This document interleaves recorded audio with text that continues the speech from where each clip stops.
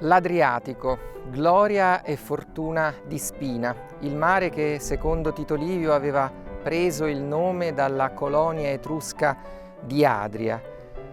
Entrambi i mari che cingono l'Italia, il Tirreno e l'Adriatico, avevano tratto il loro nome dagli Etruschi, a riprova di quella che fu la cosiddetta talassocrazia degli Etruschi, il dominio sui mari, durato per tutti i secoli nei quali gli Etruschi ebbero il loro potere su quasi tutta la nostra penisola. Strabone nel I secolo a.C. ricorda ancora Spina, che non era più quella grande realtà che era stata in antico, e lo ricorda con parole che evocano la sua grandezza, ma rappresentano anche il modo in cui l'ambiente era nel frattempo cambiato. Spina, che ora è solo un villaggio, anticamente era una ragguardevole città greca. A Delfi si mostra infatti il tesoro degli abitanti di Spina ed altre cose si raccontano intorno ad essi, come di un popolo un tempo assai potente sul mare. Dicono anche che una volta la località fosse sul mare, ma ora è nell'entroterra e dista dal mare circa 90 stadi. Sono l'equivalente di 15 chilometri, la distanza guadagnata dalla terra rispetto al luogo in cui era stata fondata Spina nell'arco di 2 secoli, 3 secoli, cioè il tempo che separa la fine di Spina dal racconto di Strabone. Sono meccanismi ambientali che si erano innescati già all'indomani della fondazione di Spina e hanno caratterizzato la storia del delta del Po fin da quando l'uomo ne ha memoria e ha deciso di vivere in queste zone. Cambiamenti repentini che però gli Etruschi hanno saputo a lungo domare e sfruttare a loro vantaggio.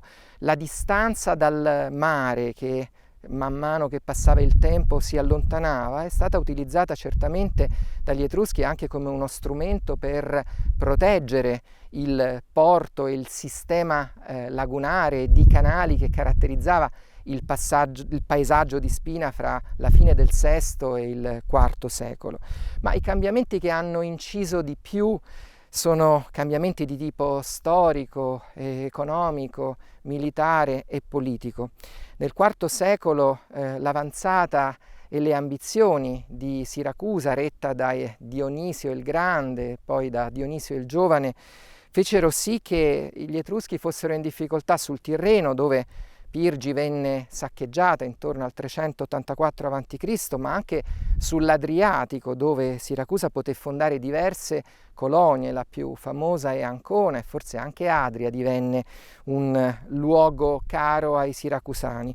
Con Spina Siracusa intrattenne rapporti amichevoli, considerandola una città greca e quindi una città amica, e in questo Spina, nella sua capacità di ibridarsi, accogliere popolazioni diverse, seppe fare la differenza. Negli anni in cui Dionisio saccheggiava il santuario di Pirgi, i Celti calavano nella pianura padana prima e poi nel centro Italia fino a saccheggiare Roma. Il motivo era la grande fertilità della pianura padana, la ricchezza di territori dai quali ambivano anch'essi a trarre fortuna, e riuscirono a farsi strada, arrivare fino a Roma naturalmente, ma poi arretrarono, conquistare Felsina trasformandola in Bononia. I siracusani si allearono anche con i Celti per contrastare gli altri popoli della penisola, certamente gli Etruschi, e Spina però in tutto questo mantenne la sua importanza, il suo ruolo strategico. Spina accolse nella sua comunità Celti, Veneti, lo sappiamo dalle numerose iscrizioni che si sono conservate e che attestano la presenza di nomi di persone provenienti da fuori, anche di greci. Nel IV secolo il movente che spingeva i siracusani era certamente di tipo militare, economico. La giustificazione era data dal fatto che dovevano contrastare quella pirateria che aveva reso proverbiali i Tirreni da tempo immemorabile. Anche il saccheggio di Pirgi agli occhi dei siracusani era un modo per riscattare quella conquista che i Tirreni avrebbero fatto a danno dei Pelasgi di Agilla, sostituendosi ad essi nell'epoca del mito, quei Tirreni provenienti dalla Lidia e dunque barbari come lo erano i persiani, secondo la versione tramandata da Erodoto. Un altro passo di Strabone ci consente di immaginare il clima di questi anni, anche se proiettato all'inizio nel tempo mitico di Tarconte e Tirreno. A quel tempo dunque i Tirreni, governati da un solo capo, erano assai potenti. Più tardi sembra che la loro confederazione si sciolse e, cedendo alla violenza dei vicini, essi si divisero in singole città. Infatti, abbandonata una terra fertile, non si sarebbero volti al mare e dati alla pirateria, rivolgendosi chi a un mare chi all'altro, quando, avendo le loro forze unite, potevano non solo difendersi contro chi li attaccava, ma anche attaccare a loro volta e fare grandi spedizioni. Questo passo di Strabone descrive un mondo che, volendo, può andare indietro fino al VI secolo a.C. e poi estendersi fino al IV. Le fonti di Strabone infatti sono delle fonti filo-siracusane, sono quelle dei greci che guardavano agli Etruschi come dei temibili pirati. Ci dà però delle informazioni importanti, ci dice di una confederazione di città etrusche che poi fra loro si divisero, e quella stessa confederazione che nel 524 a.C.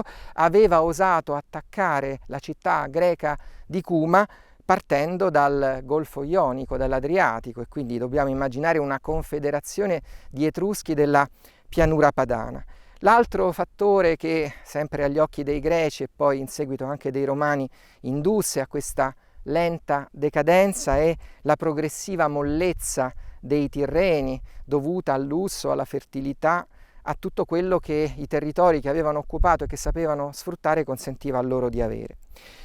È un insieme di fattori quello che porta alla fine di Spina. Certamente il lavorio lento del Po che accumulava terreno e allontanava Spina dal mare che le aveva dato gloria e fortuna, i cambiamenti geopolitici, diremmo oggi, con l'arrivo dei Celti, il contrasto con le altre popolazioni italiche, ma a porre la parola fine sulla storia di Spina sarà Roma, la nuova strategia che imposterà, progressivamente annettendo tutti gli altri popoli della penisola, non solo gli Etruschi, ma anche i Sanniti, gli Umbri, i Piceni. Lentamente Roma si affermerà raggiungendo tutto il Mediterraneo dopo aver sconfitto Cartagine.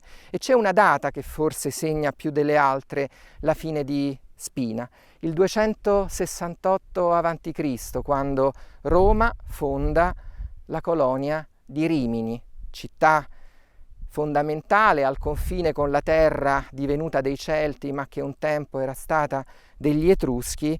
Questo segna la fine di un sistema e l'inizio di un nuovo sistema che avrà come assi fondamentali di penetrazione politica ed economica non più soltanto i fiumi, ma le strade, in cui i Romani eccellevano avendolo imparato dagli Etruschi, la via Flaminia e poi successivamente la via Emilia e tutte le colonie che nasceranno quando Roma si sarà liberata dall'impegno contro Annibale e i cartaginesi.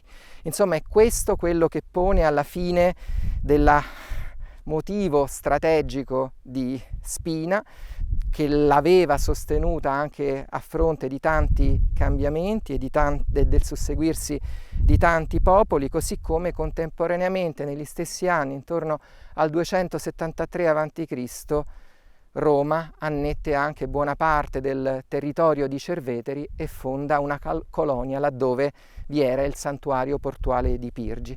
Idealmente la storia di Cerveteri, del suo porto Pirgi e quella di Spina si chiudono in questo primo quarto del III secolo a.C., che è anche quello al quale risalgono le ultime testimonianze di una città che divenne un villaggio ma era stata un grande porto del Mediterraneo.